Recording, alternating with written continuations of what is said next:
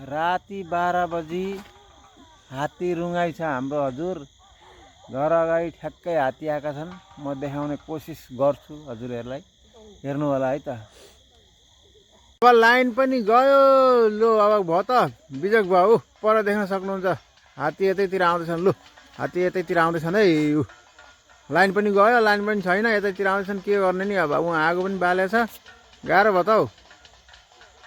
यता नहो है गणेश भगवान्, उतै उतै जाऊ है। छेउमै आइपुगे ऊ, छेउमै आइपुगे गणेश भगवान् ऊ, ठ्याक्कै हाम्रो घर अगाडिपट्टि। छेउमै आइपुग्नु भयो गणेश भगवान्।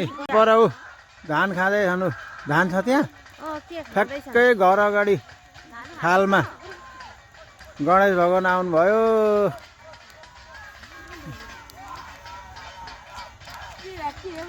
उता हल्ला गरेर खेदाउँदै छ नि ल। यही आगो बालेर दाजु पनि आइसक्नु हात्ती खेदाउँदा। यतै फर्के त हौ। ऊ यहीँ आइपुगे।